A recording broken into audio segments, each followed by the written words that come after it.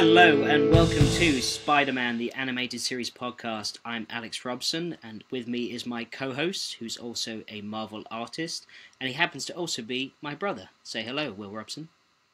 Hello, Will Robson. Oldest joke in the book. Hello, it's me. So, we watch this show a lot. This is the 1994 to 1998 Spider-Man, the animated series. I'm sure you remember it from your childhood. What, me? Yeah, I do. No, the other guy on the line that we haven't introduced yet. Okay.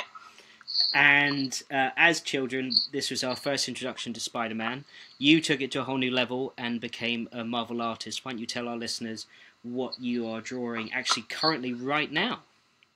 Well, I would love to, but I can't because it's classified. But it is not a Marvel project. It's an image product, but it's with a very famous Spider-Man artist that I'm working with. Okay, well, because it's hush-hush, let's go to something that you can talk about, as in the big guy himself. You drew Spider-Man recently, didn't you? I did. Back in June, I think it came out, either July or August. I drew 2 issues of Spider-Man and Deadpool. So what was that like? Because, I mean, when we were children, we watched this show.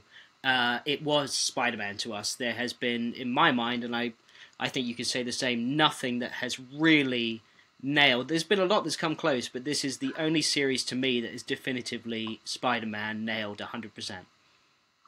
Well, I always treat it like it's actual Spider-Man canon, because it's the first experience I ever had with Spider-Man. And it's like a full put-together story. Like, if you read a comic, there's like tons of different stories. People pick and choose what is canon. But that, to me, that story has always been like the canon story. I agree. I mean, it was introduction to Venom, it was introduction to Mysterio, Rhino, Dr. Octopus. I mean, obviously I can list all of Spider-Man's rogues gallery and we'd be here for another 20 minutes. But this was, for us, an introduction to storytelling, an introduction to the character, a character that we could relate to as young boys, because obviously he was dealing with not only having to save the city, but also having to do his homework on time, and responsibilities that we could relate to, which everybody knows. That's why Spider-Man is the most popular comic book character in the world. So why don't I kick off and tell the listeners what this series is going to be about. We're going to go episode by episode and do reviews. There's 5 seasons. Like I said, it went from 94 to 98. So we'll touch upon all of those, all the characters, all the voiceovers, but also what the series meant to everybody in the 90s. I mean, it was the only thing that you can find that was Spider-Man from the 90s. Not until you see the Spider-Man movie in 2002 do we really get to see a new Spider-Man. So we're not only going to go through all of that, but we've got the video games to talk about. We've got the action figures, which I know you remember because we had pretty much all of them. They even had McDonald's toys, this series. I don't remember McDonald's toys. Yeah, they had a McDonald's line. So we can go through all of those, which would be fun. We can talk about the censorship, for instance, just without going through all of it. But there are certain guidelines that this show had that they had to follow, that Fox ensued. So, for instance, no blood. Yeah, I remember that because Morbius the vampire, what did he say? I want your plasma. I think that's what he said. Felicia, I want your plasma. Which is pretty dirty when you think about it. And then you've got no guns with bullets. Yeah, all laser guns. I remember that. Yeah. No use of the words such as kill, death, or die. And they had the Punisher in the show, so I don't know how they got away with that. So they would skip over death or die or kill, and they would say destroy instead. So there would always be villains who go, I will destroy you. And that would be how they got around that. Well, I suppose that's better than someone just being like, I'll fucking kill you! And people are like, oh my god! I don't think I can see Dr. Octopus being like, I will kill you! Oh, interesting. So, for our listeners, we're going to jump all over the place because this is how we talk to each other all the time. Little cool fact, and for our listeners, once again, we're not only big Spider-Man the Animated Series fans, but also Batman the Animated Series was a big part of our childhood as well. And do you know that Ephraim Zimbalist Jr., who played Alfred on Batman the Animated Series, was also the voice of Dr. Octopus in this show? Oh! I would never be able to put 2 and 2 together with that. Yeah, but you can kind of, now you think about it, you hear that, it's just basically a German Alfred. I'll have to look out for it, because I can't put 2 and 2 together. Basically, Alex has written down a crap ton of facts, and he's just going to spew them every now and then. I'm going into this podcast I'm going to spew them like blind, web fluid, baby. and he's going to make terrible jokes like that. Yeah. And I'm just sitting down. While I'm doing this podcast, I'm working on comics, so I'm just here for entertainment value and to chat and to You're the big Marvel artist. Yeah, but my brother, who you might sometimes, I might accidentally call him Wiggy because that's just what we called each other as kids. But he's the host. He's got all the plans, the whole layout of this podcast. So going back to it then and being the host and playing my role, more censorship was no punching, which what? When I read that I thought what, and I put it in bold on my notes. There has to be punching, right?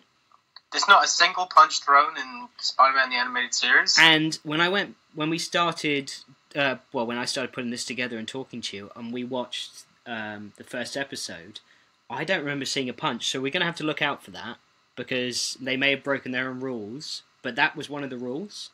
There was no breaking glass. What?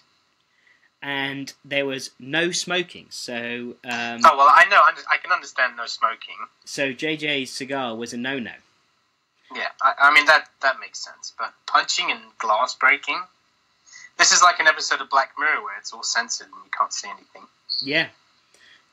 So we will go into that also, and then finally, by the way, we kind of went into it a lot, but we can always go down a further episode. But the final censorship: no humming pigeons. Why is that then? Because it's all in New York and they just want to keep kids from not hurting pigeons? Spider-Man is pro-pidge, man. Pro-pidge? Well, if you think about it, he used to hang out on that gargoyle, Bruce, which was obviously an ode to Bruce Wayne. Yeah. And Batman. It was another Stanley stab at Bob Kane. But, yeah, the no pidgeys were... No pidgeys, pro-pidge. I love that. Hashtag pro-pidge. So... To continue in how amazing this show is, the animated series takes place in the parallel universe, which is parallel universe, which is Earth 92131, which is the same universe as the X-Men the animated series. Now this is why I think it's all canon, because as kids they would cross over, but there also was an Iron Man show, a Hulk show, Fantastic Four. That show with the terrible intro. And the terrible singing voice to go with it. Yeah, what is it? On an outer space adventure, they were hit by cosmic rays. Oh, I love that intro. It's great. And that was all, it all felt canon because they were all, it was like the Marvel movies today, but for kids. Yeah, so I remember when we first started watching this show, and we'll definitely get into it, and I can't wait to get to the Captain America episodes and World War II and Red Skull. And Wolverine's in it as well, isn't he? You got the X-Men with Wolverine from the X-Men anime series. Isn't Wolverine in the past with Captain America, or am I just fantasizing that? I think that's another Marvel show, another Marvel cartoon show. That was the Avengers show that you introduced me to in like the early 2000s or whatever. Oh, Earth's Mightiest Heroes. Yeah, that's a good show. And then also you get a load of different mentions of just different characters in the Marvel Universe from Spider-Man himself. And when we get into... Oh, Spider-Man is just dropping names left and right all the time. Yeah, and we've only watched episode 1 very recently, and obviously there were a few name drops there, and we'll get into that once we do the episode 1 review. But there are so many mentions of characters, and that makes me so happy. It's like the Marvel Universe before the Marvel Universe in the films. You see Spider-Man talk about everyone, and you go, well, that's these what people I'm saying, exist. Yeah. We'll go over showrunners, specifically John Semper Jr., who was the main showrunner for Spider-Man the Animated Series. What's his name? John Semper Jr. Okay. Never heard of him. So we can talk about the season that was never made, that was supposed to be made, and what John Semper Jr. had planned for that next season. Oh, I would love to know all of that, because you're gonna have to wait. That's the one time I watched all of this show was I was 19 and I was a fat stoner at university. So you're not a stoner anymore, right? No, I don't do any drugs anymore. I'm an adult now. Just fat. But just fat. Yep. just back, sadly. You're drawing comics, man. Yeah, not much exercise. Living the dream. Drawing board. Living the dream and dying young. With no alcohol or booze involved. Oh, no, I do drink alcohol. But, Disclaimer, I am a drunk. But yeah, the last time I watched it, I was 19 years old. And I got super stoned. And I think I watched the whole series over a weekend. I ordered Chinese food every day. And I think this sounds amazing. I think I had pizza for... I think I bought a pizza for supper, and then I had that for lunch the next day, and then I got Chinese again. I remember, those sleeves of Pepsis you can get that go in the fridge? Yeah. I think I had, 5 of those, or something ridiculous, and I just... none of my roommates are home, and it was all on YouTube at the time, so I watched it through my PlayStation 3, and I fucking loved every minute of it. It was amazing. And then I was like, oh, that was dope, because I don't think I even saw the last season as a kid. And when they were gearing up, to do, essentially a Spider-Verse, I was like, all right, I'm ready for the next season. And there was no next season. I had to Google it, and my life was shattered. So, yeah, I'd love to know what happens. Oh, well, I'll certainly get into that in one of the later episodes. I figured I'd just go through all of these facts in this episode, share some cool little facts that there's no point in going a whole episode on, and other ones we'll save for later. So to continue on, no Electro or Sandman in the series, as you remember, and the reason for that is... I guess... Wait, Electro? Well, Electro does come later. He's Red Skull's son. He is, yeah, and that's how I always remember him. I'm pretty sure that's not canon anywhere else, but I always thought that was really cool. So did I, and I thought that was a great connecting piece there, but... To begin with, for the first couple seasons, and they continued with not introducing Sandman, but no Electro or Sandman in the series, and the reason they were off limits was due to James Cameron's Spider-Man movie that was in production at the time that never got made. Oh, okay. But, so what happened there? Because there was Electro eventually. So I think that they got the rights to Electro. Obviously, that was handed over. No plan to use Electro in any movies, but maybe Sandman either was tied up for whatever reason, or they just decided there was no place for Sandman in the current seasons that we're doing. I've never even liked Sandman, to be honest. He's a pretty That's so weird you don't like Sandman, because I love Sandman. There's a lot of Spider-Man villains that I just don't like. You're crazy. You're crazy. You are crazy. And shockingly enough, one of my favourites of all time has always been the Shocker, and to this day, I don't know why. I really don't. Yeah, is it because he's... Is it a cool costume? Is it the voice? I think it has to do with... one of my first comics I had of Spider-Man was John Ritter Jr., and he was drawing the Shocker. And it's a Peter Parker Spider-Man issue where Spider-Man's on the cover and he's being shocked, and Shocker's in the background. And I think I used to just love that image as a kid, and now I've always liked Shocker because of it. And when I did Great Lakes Avengers, I got to draw this huge page, and they said, oh, you need to draw 30 kind of semi-lame, not A-list villains, C-list. And they gave me a huge list of villains, and on there was Rhino, which I was like, oh, sick. And then I was like, can I do Shocker? They're like, yeah, of course you can. And I was like, yeah! Jim Cummings is one of the most famous voice actors in the world, and he was also the Chameleon in Spider-Man the Animated Series. Uh-huh. He's been in pretty much every Disney animated series or film that you can probably think of. Even if it's just a little voice that's just a throwaway character or something like that, he's in it. But the most honourable mentions are Jim Cummings is Winnie the Pooh. Oh, bother. Yeah, well, that was the worst impression, but yes. Oh, I wasn't trying to do an impression. That was the first thing that came to mind. Oh, bother. Oh, bother. And Ed the Hyena from Lion King, and he's just been in everything you could possibly think of. There's a Disney film back in the 90s, early 2000s, he's in it. After 13 episodes, the show was banned in Hong Kong for an unknown reason.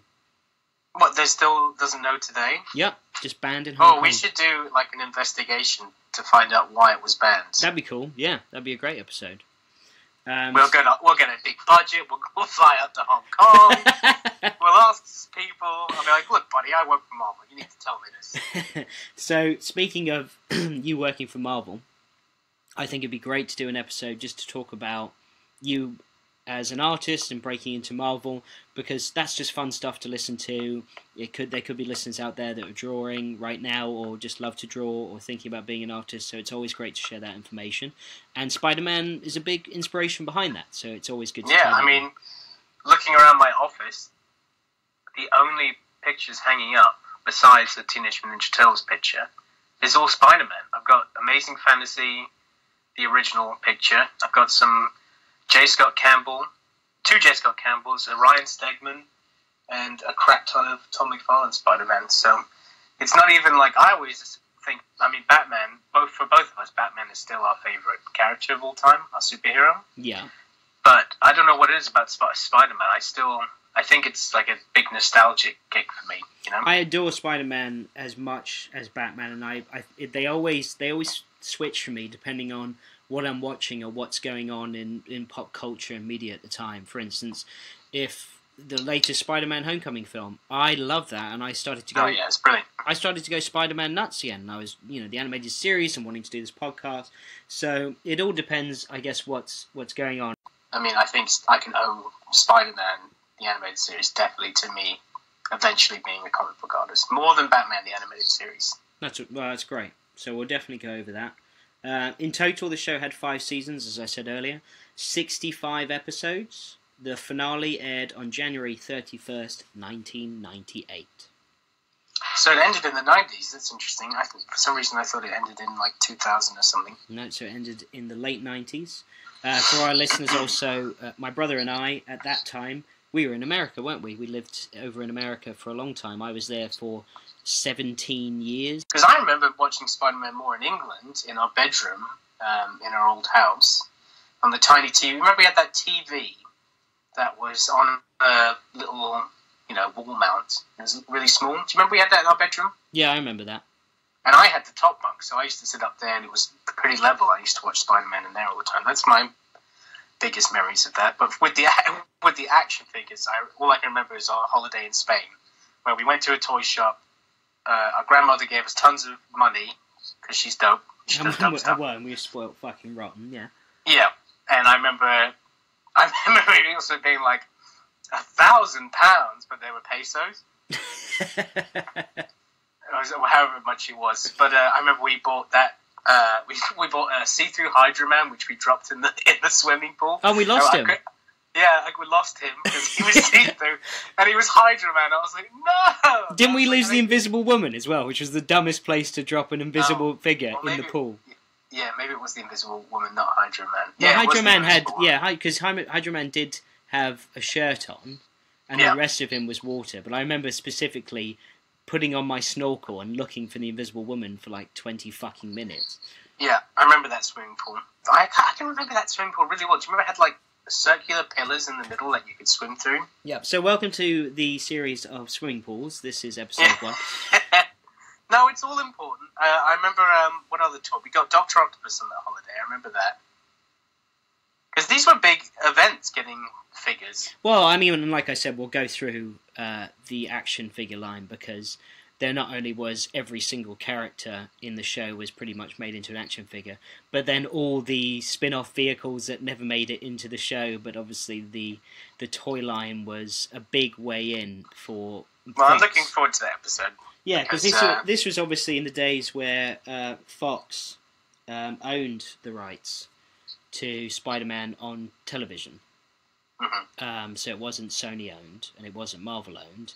And Avi Arad, or Avi Arad, however you want to pronounce it. I always called him Avi Arad. Avi Arad was one of the main producers of the show, if not the main producer.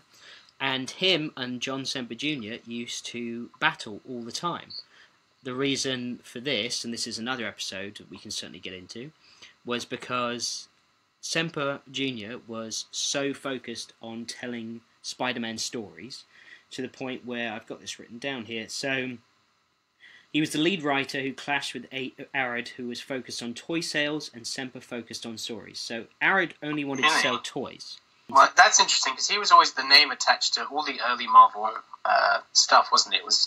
Didn't he produce like the Spider-Man films and the Hulk film? And he always used to be like a personality behind the camera. Like, hey, look, there's Avi Arad, and he's working on this Marvel film now. Yeah, I always felt like he looked like some form of Dracula as well, with his weird ponytail and stuff. He always looked like a vampire, like Morbius's dad. So I thought he always looked like the old guy in Boondock Saints. Really? Yeah, the Billy dad Connolly. in Boondock Saints. Billy Connolly. Billy Connolly, that's it, yeah. By the way, I'm an IMDb on legs half the time. So with these feuds, there's one in particular that I wanted to share with you. The Hobgoblin episode, which, from what I remember, and I think I can say the same for you, was one of our favourite episodes. It was the two. Oh yeah, Mark Hamill. Yeah, Mark Hamill. As we all know, Luke Skywalker, the Joker in the animated series, and all other iterations from video games, etc. But that was a two-part episode. It involved the Kingpin. It was beautifully done. Now, John Semper Jr. hated this episode, hated it, and didn't want to do it. Which, hey, if he had to do it, he obviously did a good job. But he wanted to go with the Green Goblin introduction first, not the Hobgoblin. Yeah, but to me, I like the Hobgoblin more because of the animated series. I agree, and I always thought I like he was him a way just more as much as interesting Green. Yeah. So he hated the Hobgoblin. He hated the episode. He was forced to do it because they wanted to sell more toys, and they wanted to sell Hobgoblin, and then do you remember he had the extension of the glider? I had it. Or we had it. We did have it.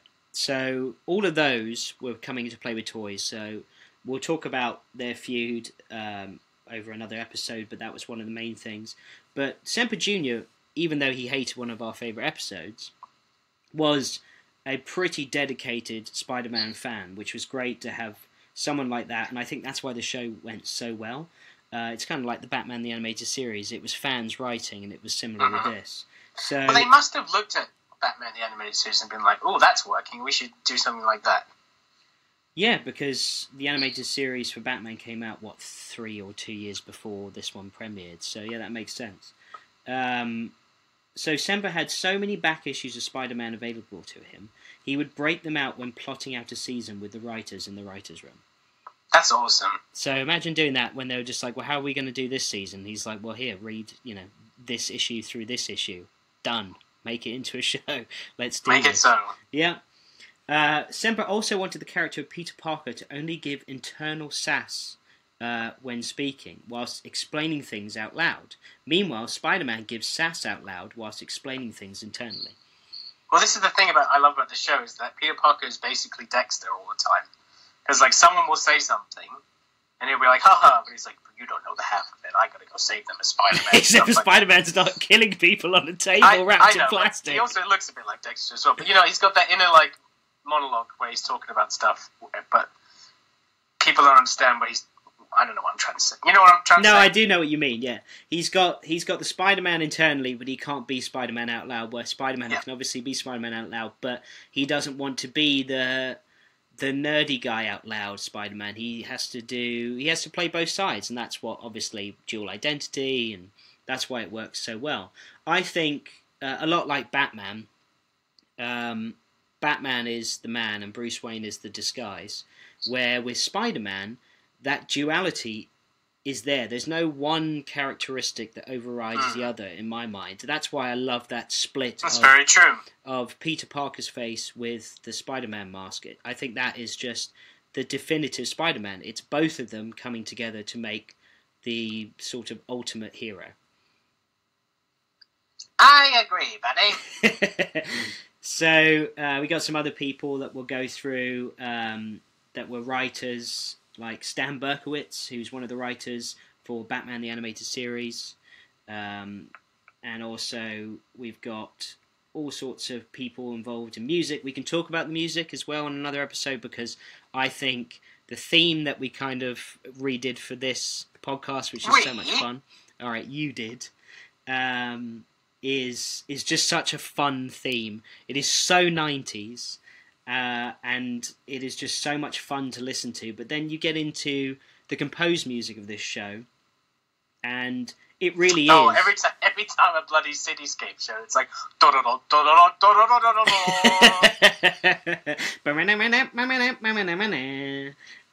yeah. And every time I'm in a city, like to this day, like I'm just like, oh, I'm in the big city. And then you've got the composed version of the theme, which is great. Oh yeah, that's great. I love that too, and that's always like the. Well, here's what I learned today. Yeah, and it's like ding ding ding ding ding. Yeah, that's one, and then also there's the dark version of that theme where it's like dun dun dun dun. I don't remember that. Yeah, that's when like bad guys are coming or when something's about to go wrong. I always remember as it builds up with the bad guys. Yeah, that's true. So besides listeners having to listen to us sing this, we'll definitely play those. Yeah, clips. But if someone's listening to this and they're like, oh, I like Spider-Man the Animated Series, and then we start going like singing all the songs, they're like, oh yeah, I remember the Spider-Man Animated Series, all those songs. Or they've turned us off by now, one of the two. Yeah. So the characters were all mimicked from Steve Ditko's original designs. I can definitely see that. I always thought the characters looked very John Romita Jr. Junior or senior? Junior. Oh, interesting. I always thought more senior, but Steve Ditko, obviously the co-creator of Spider-Man with Stan Lee. We're going to talk about the creation of Spider-Man in another episode, just because without that we wouldn't have had the show. Oh, God. Well, I was in a room, and I was like, what's great? Spiders, but that's kind of bad. And then I saw the spider, and he was climbing up the wall, and then I made Spider-Man. Why is Stan Lee some, like, old smoking guy from New Jersey? That's my Stan Lee. So there I was, and I was looking at this, and my name is Gilbert Grape. Hello. Yeah. Gilbert Godfrey, not Gilbert Grape. What's eating Gilbert Godfrey? Wow, there's so many crossovers. That's like parallel universe. I saw a spider on the wall. It bit me. Oh dear. So the music, going back to that. I've only said that because I've heard him tell that story a million fucking times. No, I'm not. We're not going to go through like, and this is how Stanley came up with it. I'm more or less talking about just the stories and how they were crafted, like the fun stories that then became. Well, Steve Ditko drew everything. Stanley, everybody, he's on the podcast.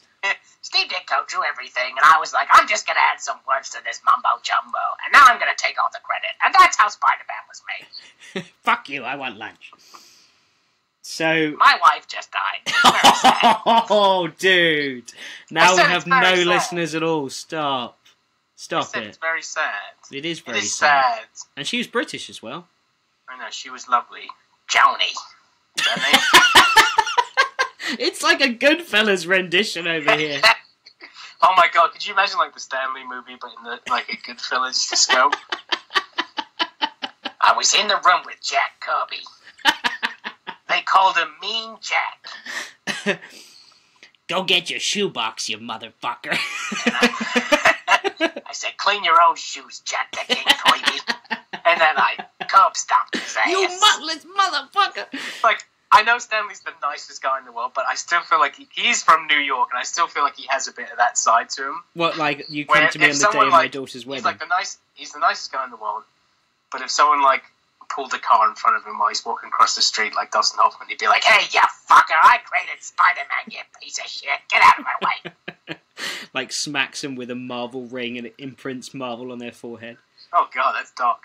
That's dark. That's dark. Not talking about Peter Parker being Dexter or any of the other dark shit.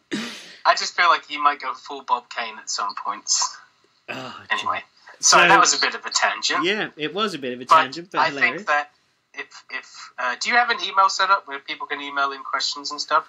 Oh, that is a very good idea. I will get that, and then by the next episode, I will have an email that people or listeners, hopefully will grow as the episodes go on, can email and send in any questions, thoughts, episode ideas. It'd also be fun down the line. I mean, obviously the goal, to skip forward a bit with this podcast, is for me to be able to introduce and to interview our listeners to a lot of the voice actors from the show. It'd be amazing to get in touch with them. John Semper Jr. would be fantastic to talk to them. I mean, there's Dreamland Stan Lee, but that would never happen. No. Avi Arad.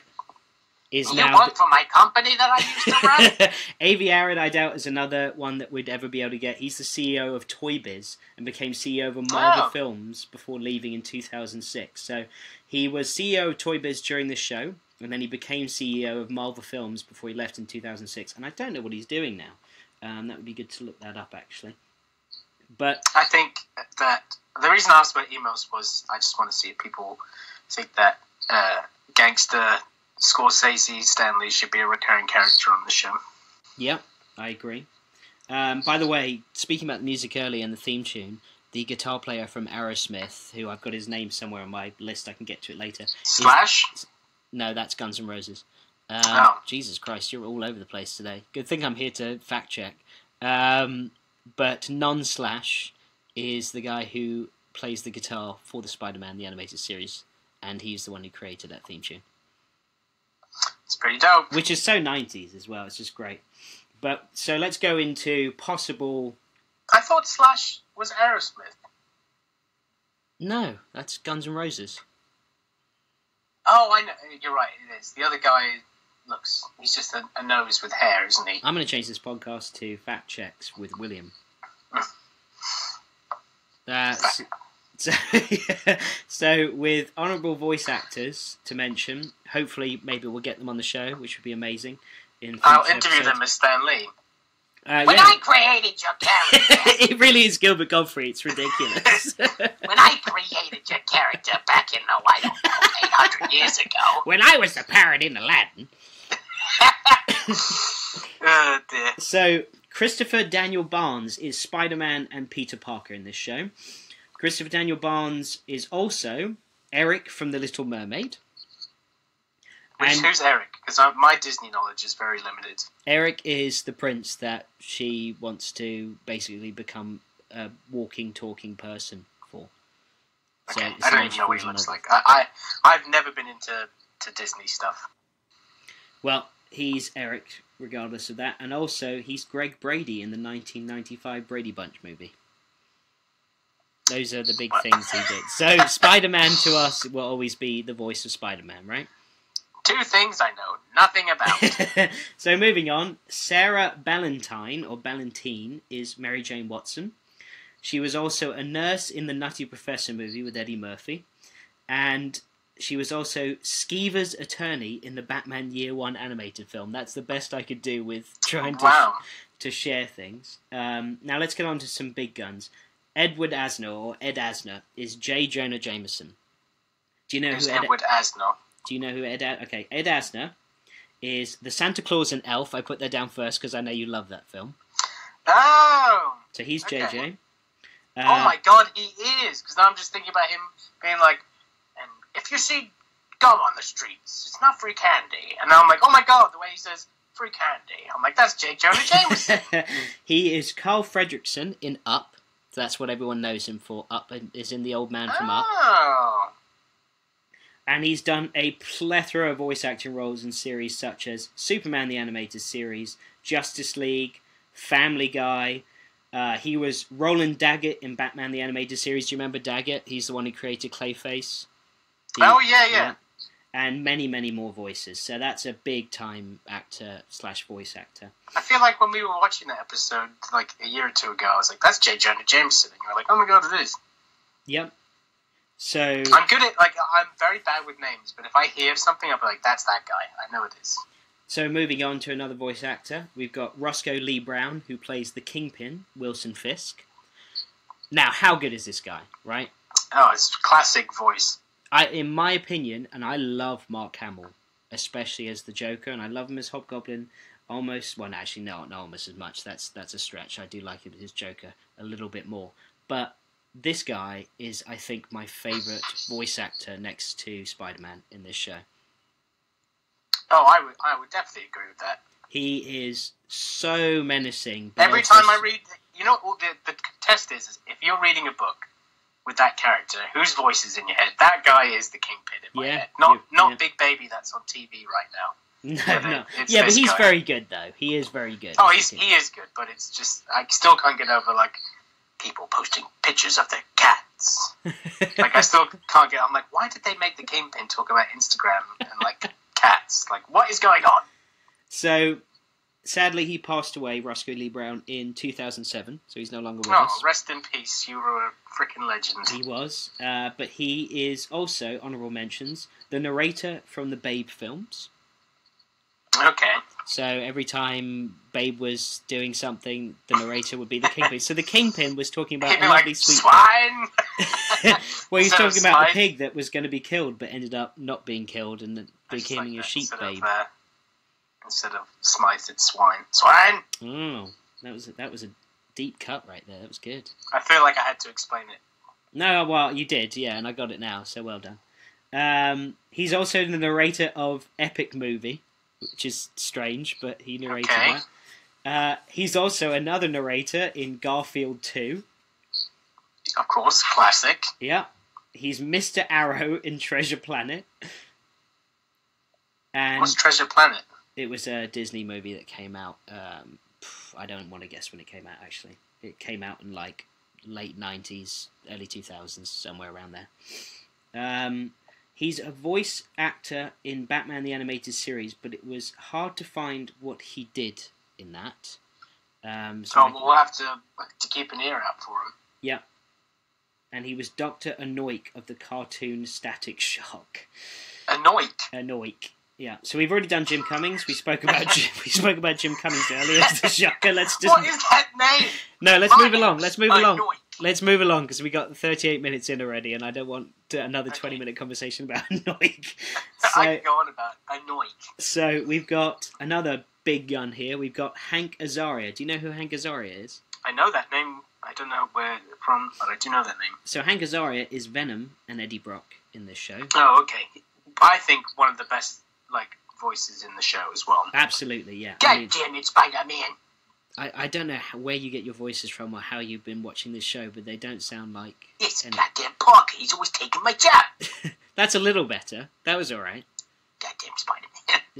Piece of shit. When I helped create Venom, I'm fired. Gilbert, please sit down. So, not only is Hank Azaria Venom, Eddie Brock, but he's also Moe from The Simpsons. Oh my god! He's Chief Wiggum from The Simpsons. Oh wow. He's Comic Book Guy from The Simpsons, which I thought was very funny and ironic. Oh my god. And many other voices from The Simpsons as well. He's Carmoon Ra from Night at the Museum 2. Oh, I know who this actor is. You do, don't you? I recently saw him in Friends, because I was watching a Friends Christmas episode, and he dates Phoebe. He's a physics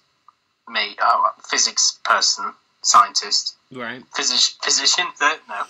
Just I stop. don't know. He's a scientist guy. He's a scientist. He's Bill Nye the Science Guy in that, and yeah, so that's how I know him. Okay, strange pull, but alright, I'll go with it. Didn't have that on my list of shout-outs, but I'll be sure to amend that with Science Guy from Friends in the Christmas episode. There's lots of people on Friends. So, we're not going to do a Friends podcast, that can be your own thing. So he's fine. I'll get that going. You can do the When thing. I create Friends. And finally, he's also he's Gargamel in the Smurfs movies. Oh, okay. So Hank Azaria, big time dude, and I mean, with me, that is such an amazing Venom voice. I mean, with Venom, they did a little bit of synthesizing with his voice, but he obviously did a lot of that himself. Yeah, but like the Donkey Kong sounds. yeah, and they would dub his voice over his voice, the same track, and have a very slight delay, so that's why it sounds a bit echoey when Venom talks. But yeah, I mean, his Eddie Brock is amazing, his Venom is even better. And I remember, and we'll talk about this episode when we review it, but do you remember in that episode where Spider-Man's on a train and Venom's chasing Spider-Man? Oh, I love it. I, as a child, got pretty fucking scared from that scene. I don't know why, because really? I wasn't scared of Venom, but it was this monster chasing Spider-Man on the train. And there's a moment where Venom could be definitely scary. Yeah, he could be. I mean, he looks like something out of Alien or something. Well, that was the premise. That's what he was based, like, his look on. Oh, is that what McFarlane did? That's what he was told to do by his co-creator, which is, what's his name? Is it David Michelinie? I think is his name. The co-creator of Venom. I can't fact check you on that one. I'm sorry. I think it sounds a bit like David. It's probably not Michelini, but that's just my filter, where I just see like a long Italian name, and I'm like, these are the Michelini sounds Irish. I have the book on my shelf, but I would rustle the microphone if you wanted me to actually fact check. The old Irish-Italian creator of Venom, Michelini. Anyway, with David Michelini, I'm going to say that's it. With no fact check whatsoever. They said, this is also, I'm going to tell you actually a little story about Venom, because it's quite good, it's quite short. But he was like, I want a new villain that's like Spider-Man, it's the symbiote, and it's going to look, it's an alien, so make it very alien-like. That's what he was told. And do what you like. So he was like, well, I never get to draw, I love drawing the Hulk, so I'm just going to draw this big monster alien. And he's like, there we go. And then go based off the alien look with the mouth and all of that stuff. And he was like, there you go, like, this is great. And then he was drawing him for a couple issues. And then a couple issues later, they found out it was Eddie Brock. And he's like, wait, there's a guy in this? Like, he actually drew it as the monster to begin with. He had no idea that it was Eddie Brock. Oh, okay. Like, originally it was just a space monster. So he's always said, like, Venom would not look the way he does today unless I was told, like, hey, this is just a monster. If I knew there was a human in there, he would have looked completely different. Oh, that's pretty cool. Okay. Well, that was a good story. See, I've got little facts I can give too. You do. And then finally, we've got Mark Hamill, which I don't think needs any sort of honourable mentions, introductions, but just amazing character as the Hobgoblin / Jason Phillips, who's the Hobgoblin's name outside of the costume. I'm sure he does some background voices in that show. Pretty sure he's in an earlier episode, or am I thinking of Batman the Animated Series? You're thinking of Batman the Animated Series, that's the Mr. Freeze episode. So as we go through episodes, we obviously can talk about voice actors as well and who is featured, but... Did Paul Dini ever work on Spider-Man the Animated Series? Paul Dini did not ever work on Spider-Man the Animated Series, no. Okay. So, yeah, overall, that's the goal of this whole podcast. I mean, there's going to be some fun episodes coming up. Like I said, we can talk about the video games, we can talk about the toys, we can talk about sort of around where science ends and fiction begins, because this show loved to come up with names that sounded real, but didn't exist at all, but like neogenic recombinator, or recombinator, how you pronounce it.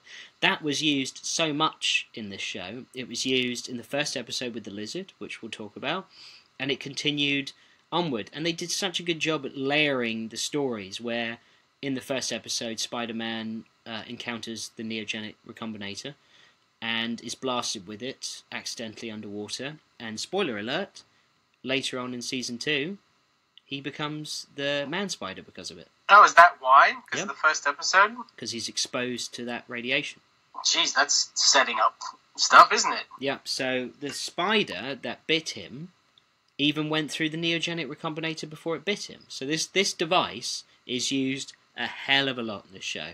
And this is the neogenic recombinator, that's not from the comics, right? No, it's made up just for that, because they couldn't use words like radioactive. That was another censorship. So they couldn't use radiation, they couldn't use radioactivity, anything like that. Or nuclear. And this was on Fox? This was on Fox Kids, yeah. Fox Kids, okay. Mm-hmm. I was going to say, like, Simpsons was on Fox and they had Radioactive Man. Yeah, but it's the time slot that it was allowed for and what they were doing, right. And what they... Oh, and by the way, Joe Perry is the guitarist from Aerosmith, just giving you that information. Wow, that does not ring any bells. I know what he looks like. He's a nose and hair. Do you have a voice for Joe Perry?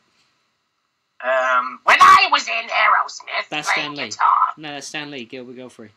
Yeah, it's the same voice. That's Stan Godfrey. Stan Godfrey. Oh, Gilbert Lee. I like Gilbert Lee more. My name is Gilbert Lee. When I created... Right. So I also want to talk about our favourite moments and character cameos in other episodes, and also about the episodes that we're talking about. But real quick, and we don't have to go into extensive detail, but what are some of your standout favourite moments from this show, or even just one that comes in your mind? What pops in your head immediately? You go, that's one of my favourite bits. The team up with Daredevil and Captain America and all of my favourite like Marvel heroes like coming together to like kick some butt. I love that. I also love the episode where he turns into the spider, because as a kid I was like, what the fuck is going on? That's scary, man. I remember, like, yeah. do you remember the trippy thing that happened to Peter Parker where he turned Yeah, his arms. Yeah, well, yeah, not only his arms. I was talking about where he had a dream or a hallucination where he was a little spider in the sink, and Aunt May saw him, yeah. and it was just his head on a spider. And do you remember how I told you the other day I saw for the first time ever The Thing? Which, excuse me, listeners, I know I should have seen it earlier, but it's an amazing movie. There's that scene I was telling you about where the guy's head breaks off from his body and it sprouts these kind of spider legs and it's got this head on it. And there was another thing too that did that we were talking about recently on the phone. I can't remember what it was, but that scares the shit out of me. I don't know why. It's just an irrational fear I have where I go, that doesn't belong together. I hate spiders. I love Spider-Man, but I hate spiders. I have my wife kill... Well, no, not kill. She doesn't kill them. She lets them go. I always say kill it. She doesn't. She's very sweet. But can't stand spiders. Love Spider-Man, though. But yeah, human heads, spiders, not for me. And that cartoon was the first time I saw that. They went straight, like... The Fly, didn't they? Like, it's pretty dark. True. It's pretty dark for a kids' cartoon. That is very Fly. That is definitely a standout. And also, I used to have the action figure of that, from the animated series. But they also did that figure again in a new line. The more realistic toys, like when you used to be able to buy like Tom McFarlane's Spider-Man action figure and all of that stuff. I had that Fly thing, and it was just hideous. It was disgusting. I was like, oh my god, this is way... Like, even as a kid, I'm like, I don't think this is meant for me. Yeah, so that is true about the Fly. I've never thought about that. Good pull. So, that's one of your standout moments that you were talking about. Yeah, and the team up with Captain America, because it was so unexpected. I was like, what are you guys doing here? I love you guys. Come on in. And then, join the party. The X-Men, yeah, that's amazing. Well, the X-Men join up with that Fly episode because they're telling him like, "Yep, you're messed up, and we're mutants. We get it. We're messed up too. So this is your life now."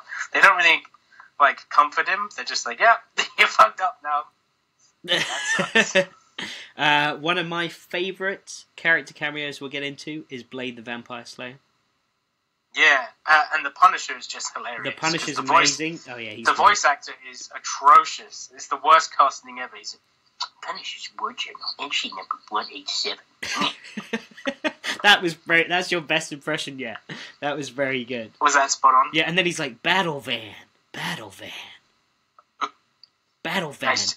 Execute protocol 139674. It's like, why do you have so many numbers? There's no need for that. He's just annoying, you know. I'm like, he's one of my favourite heroes ever. And I'm like, fuck off. he's a bit of a mopey git, isn't he? And for any American listeners, that means an arsehole. I think you could just describe the Punisher as a mopey git anyway. Oh yeah, get over your dead family, for God's sakes, you mopey git. Yeah, but in this one, whiny git then. He's very whiny in this, where he's just like, look, guy, I just don't want to do this, okay? I've just got to kill people, but I can't kill people. I have to destroy them because I'm not allowed to shoot bullets or say kill.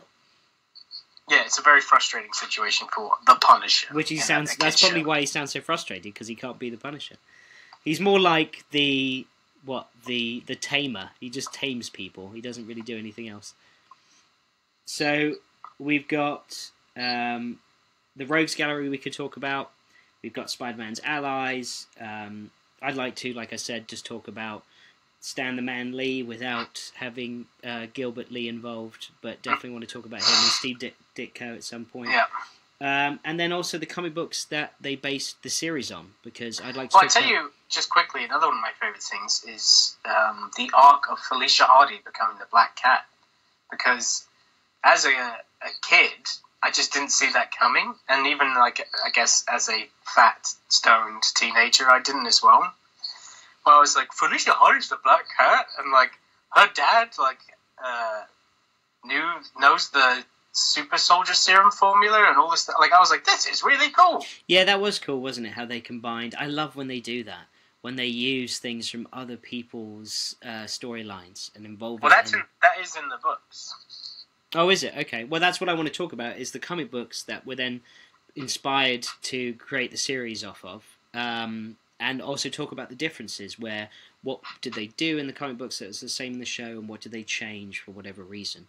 whether it be their restrictions or from running time, or just simply they thought this is better. Let's tell it this way. We've also got Spider-Man, Peter Parker and Mary Jane's wedding to talk about. And if you remember, the Green Goblin gate crashes that. No, I can barely remember the wedding. I think he comes through the ceiling, doesn't he?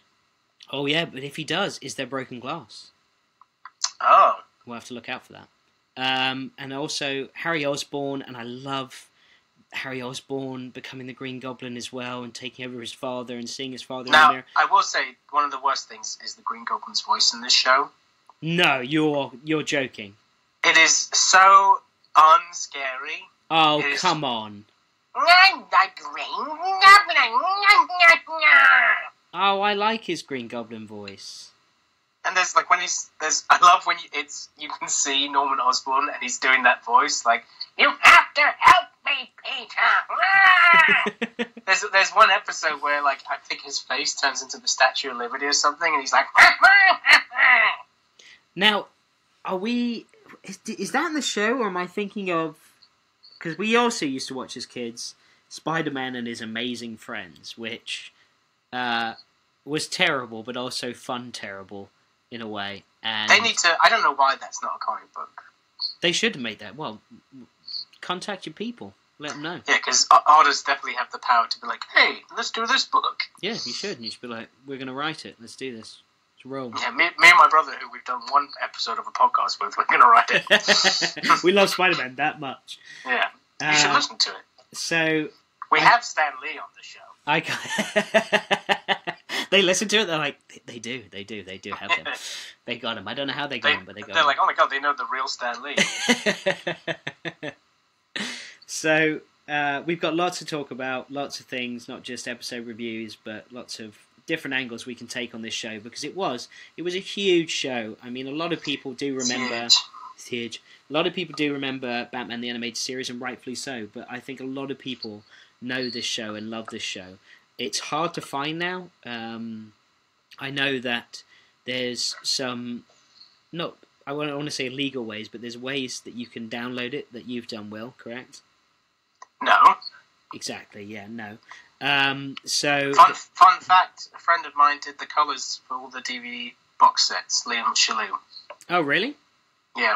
Oh, we should get him on the show. That'd be our first guest. Yeah, well, I'd be like, so, what happened? He's like, well, I got contacted and I did the job. Great, see you next week. And thanks for coming on. Just tell him Stan Lee's on the podcast, we'll be fine. So, we can definitely, excuse me, we can hopefully get guests a little more higher caliber than that, but we'll check and we'll hopefully see how it goes in the future. But to go back to what I was saying, it's hard to find this show now. I just went on eBay and I bought the entire box set, which I believe is made by somebody and not manufactured by like a DVD production company, because I think they like pasted the artwork onto the DVDs. They were all out of place. I don't know. Maybe it is something, but it just doesn't. Have you been sold a bootleg? I think I have, but it's pretty legit. Still, it's got a DVD menu. It's got episode lists, and it looks. It's a good bootleg. It's a damn good bootleg. I bought it in Turkey, but they said it was legit.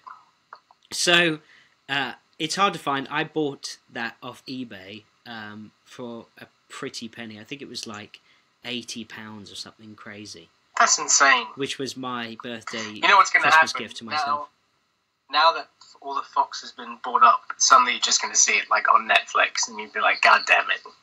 I really hope not. And today I was in town. I was in one of the video shops. What the? I was in one of these video shops, and I forgot my Blockbuster card. So I had to get on my dinosaur, travel back in time, and rent a VHS. Which Spider-Man character is that, boys? Nigel Longbottom, very famous villain. Or Alfred, better known as Dr. Octopus. So that's my Kingpin. I'm the Kingpin. Hello. Hello, Peter. So, anyway, it's hard to find. Good luck. there was ways that I could stream it, but a lot of the Some links, episodes you can see on Dailymotion. yeah, but then after like episode 4 or 5, it just stops working because that's what I was doing, and then I just bought the series.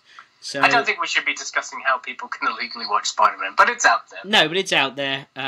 It's hard to find, but I hope you do because it's so much fun going back and revisiting this show. And for anyone listening, they obviously must love this show or remember this show. And you know that Spider-Man, that voice, the pacing of the episodes, the Rose Gallery, the storytelling... The Rose Gallery? The Rogues Gallery. Okay. I thought for a second you thought Rogues Gallery was actually Rose Gallery. I was like, I love when you find something that somebody has thought has been different their whole life, and then you tell them like what it actually is. You're like, well, my whole world has changed. If I can say neogenic recombinator, I can also pronounce... That's pretty impressive. So, Neogenic recombinator. before we get into way too deep on this episode, it is about this podcast. There's going to be other iterations of Spider-Man we talk about. There's going to be tangents we go off on, like you heard earlier. There'll be memories we talk about in watching this episode. I remember as a child watching this episode in England here, in our childhood home, but also in America in the last season. And I remember specifically watching that episode where, I believe it's the final episode of Season 5, which is the multi-universe, the Spider-Verse episode with Madam Web, who is based off of, coming full circle going back before, Stan Lee's wife. Oh, is it really? Yep. There is lots to talk about. Lots of fun facts I'll share along the way. I'll do some more research. Obviously did a lot to begin with for this episode, just so people know. We'll set up a Facebook page that you can go and like, and I'll share that in the next episode. I'll set up an email. You can email in, or you can message on the Facebook page, and we will go from there. Is there anything you want to talk about or share before we head off? Go pick up issues, whatever I did, of Spider-Man Deadpool from your local comic book store. You don't even know. Hang on. The trade just came out. No, the trade's not out yet, because I checked on Amazon. It doesn't come out until late January, which maybe could be when this episode... Give me just 2 seconds. Here it is. Okay. Everyone go buy Spider-Man Deadpool Serious Business when it comes out. Isn't that volume 4? The trade paperback. I don't know, but it has my cover on it, and I would very much appreciate that, because I would like to earn royalties. Thank you very much. Is there I don't really do lots of social media as far as myself, but is there a Twitter handle you want to share with people so people can see your artwork or anything like that? Yes. Obviously you can, on my Twitter, @RobsonINK, so that's Robson Inc. I post stuff I'm working on, the books that I'm on, etc. Facebook.com/Robson Inc. YouTube.com/Robson Inc. I have tons of videos where I draw comics and all that stuff. Anything at Robson Inc. or just search Will Robson, because I'm just that famous now. You can just search my name. Then you can find me whatever I can do. Okay, so certainly check out his work. There's a lot of stuff. He's my brother, so it's hard to talk about him without sounding like I'm taking your side immediately. But I love your artwork. I know it's inspired a lot from artists like Ditko. Todd McFarlane is a big inspiration for you. John Romita Jr. I know you can list on and on and on, but I'm just thinking about the Spider-Man influence as well. And also this show, I remember you telling me when you first went to draw Peter Parker, you desperately wanted to draw him in a brown leather jacket with I wanted to draw that shirt 90s, that 90s like teal shirt desperately. Yeah. I drew somebody in the background with that shirt, but I couldn't draw him. I had to wear a suit and his hair was all slicked up, but I was like, oh man, I just want to draw it that way. Yeah, that's our Peter Parker for sure. Alright folks, we're going to web sling out of here. Me. And we hope you stick around for the next episode. Oh! That's fine. That's a good one. Web sling out of here. That's not even a pun. Like, well, I'm just going to web sling out of here. So that's not okay, but you like the stick around? Stick around's great. Okay, without sounding like Arnold Schwarzenegger from Predator. Don't do the invoice. I'm not going to. You can't do an Arnold? Everyone can do an Arnold. Yes, I can, but no one wants to hear that. Everyone's heard everyone's fucking Arnold voice, and it drives me mad. Oh, so, but Gilbert Lee is like a fine wine. It's very rare. Well, yeah, Gilbert Lee is. Yes, no one's ever done that before. When I created Arnold Schwarzenegger back in 1982. Alright, if you haven't shut us off yet, we're going to shut off ourselves. So, until next time, I'm Alex Robson. And I'm Will Robson. And we'll speak to you soon and listen to the next episode. Bye! Bye!